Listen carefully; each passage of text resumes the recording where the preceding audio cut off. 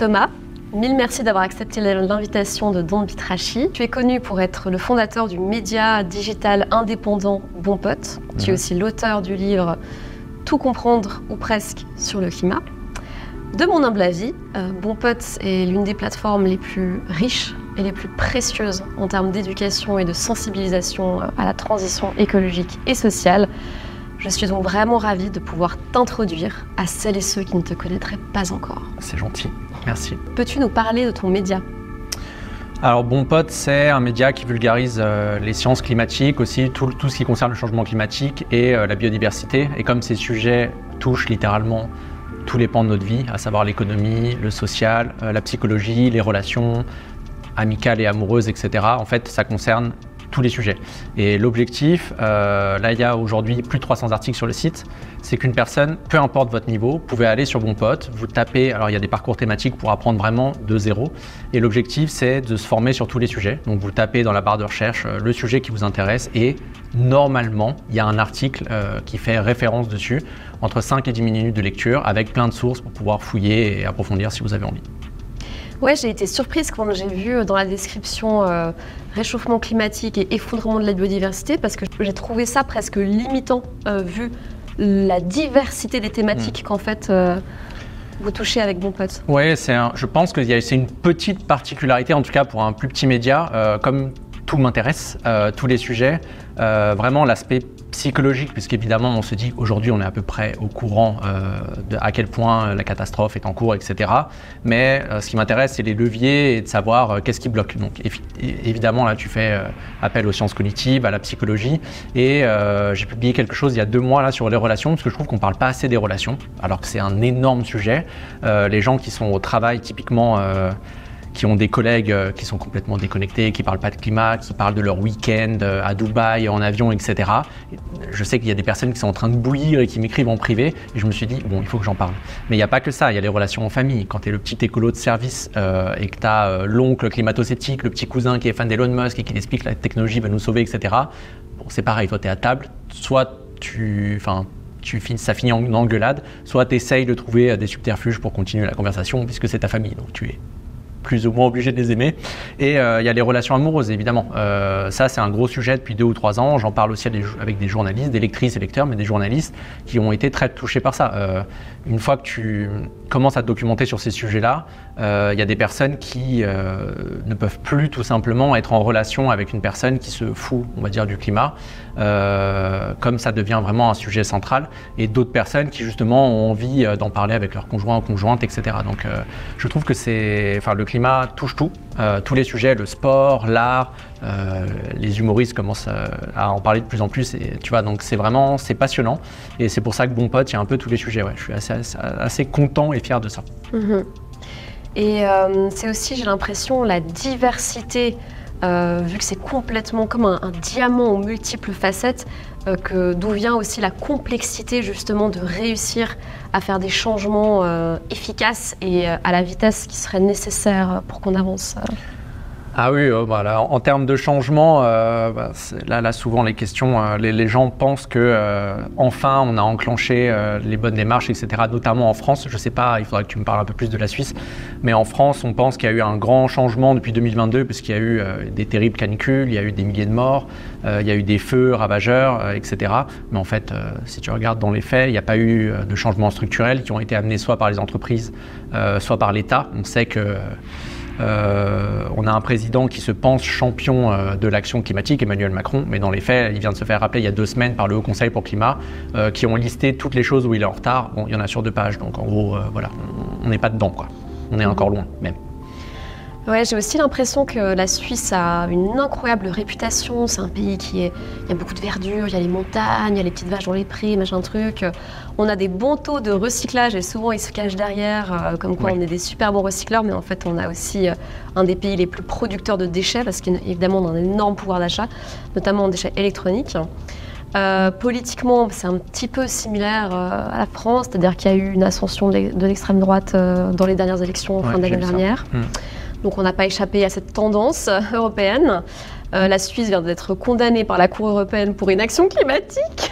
Donc, ouais, non, je crois que ça vole pas très très haut en Suisse non plus, sincèrement. Ouais, c'est une grande première. Mais oui, je vois que le paysage politique, ça pousse pas mal. J'en vois passer sur les réseaux sociaux des politiques conservateurs de droite, extrême droite suisse. Waouh. Ouais. Je vois qu'on a pas forcément que des lumières en France, mais je crois que vous n'êtes pas non plus... voilà. Vous n'êtes pas une exception, quoi. Mais ils sont peut-être plus timides médiatiquement, donc moins à la vue de tous, mais ils sont là. Ouais. Tu es à Genève aujourd'hui pour participer à une table ronde, une conférence qui est organisée dans le cadre du projet de recherche Act Now.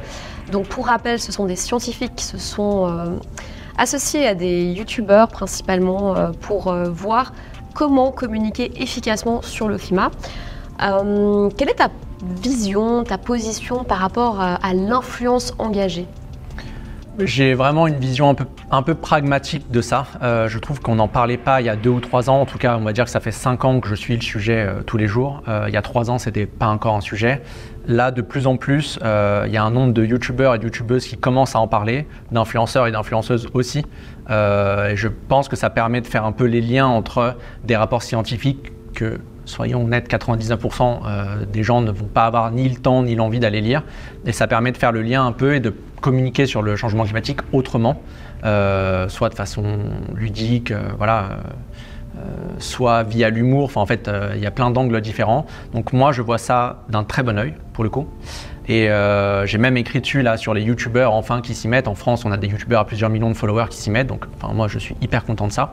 Et l'une des questions soulevées, c'était est-ce qu'ils sont honnêtes, est-ce qu'ils sont sincères, leur engagement va être sincère. Ma réponse c'est j'en ai rien à faire en fait, que ce soit sincère ou pas.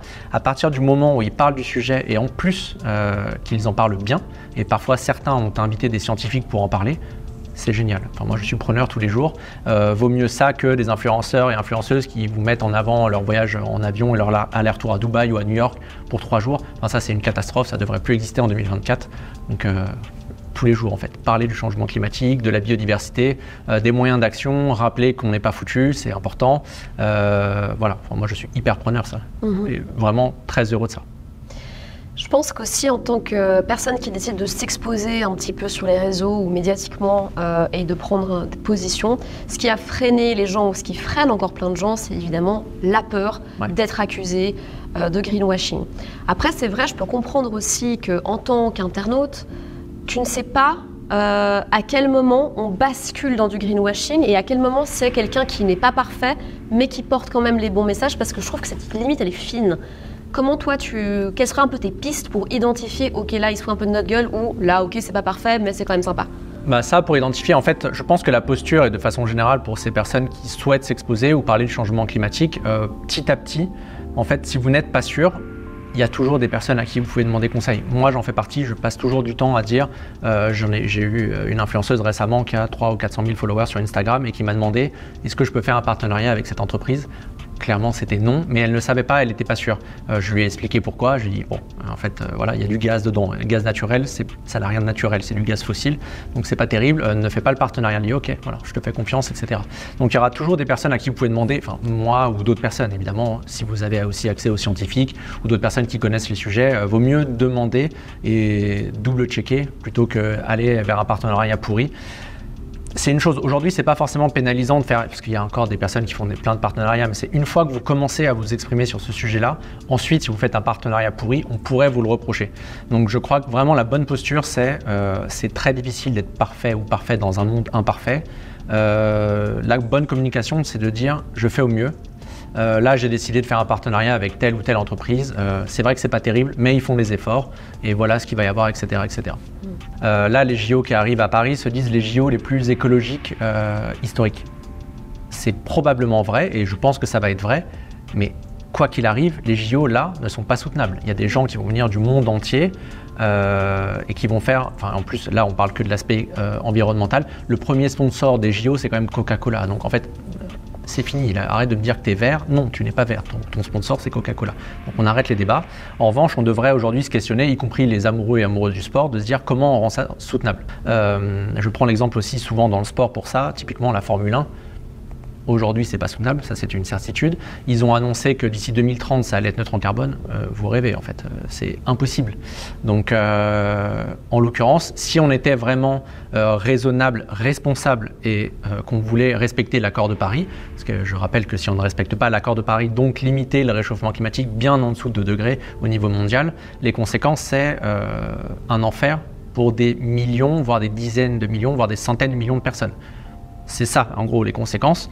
Donc, je pense que tout le monde devrait aujourd'hui se responsabiliser. C'est un peu ce que j'ai fait moi avant de quitter mon métier. Je me dis, bon, mon métier là n'est pas soutenable, il faut que je fasse autre chose. Là, j'ai choisi d'alerter sur le changement climatique, mais j'appelle vraiment tout le monde en entreprise à vous dire, ok, est-ce que mon métier peut être soutenable?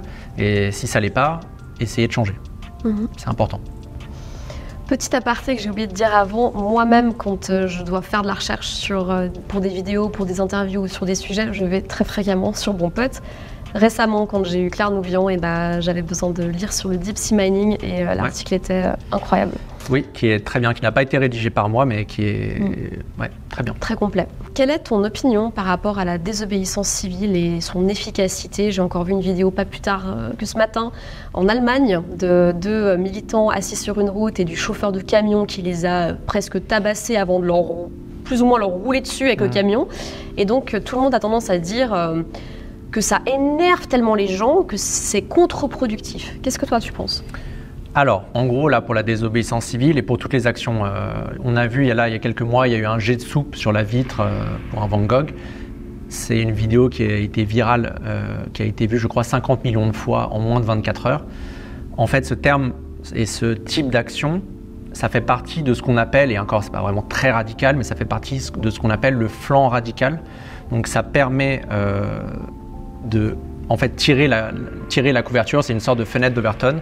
Donc ces actions-là ne sont pas là forcément pour plaire au public, mais comme elles vont apparaître celles-là plus radicales, des actions moins radicales, donc typiquement faire un sitting devant le siège de Total et autres, vont être beaucoup plus acceptées par le grand public une fois que ces autres actions auront eu lieu. Donc en fait, ça marche en concert, ce genre d'action.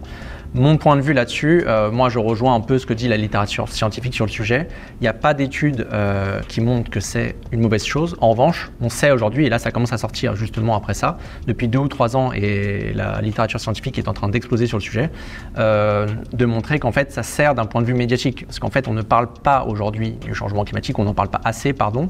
On ne se rend pas compte à quel point les conséquences sont déjà graves, parce qu'il y a des milliers de morts chaque année, je tiens à le rappeler. Donc en fait, si vous êtes plus inquiet et plus choqué par des types qui s'assoient 5 minutes sur l'autoroute et qui vous bloquent la circulation plutôt qu'un État qui subventionne des dizaines de milliards d'énergies fossiles et que Total qui fait, je prends Total par exemple, mais qui fait aujourd'hui 20 milliards de bénéfices par année en gros et qui continue à investir dans des nouveaux champs de pétrole et de gaz, c'est que vous n'avez pas compris le problème.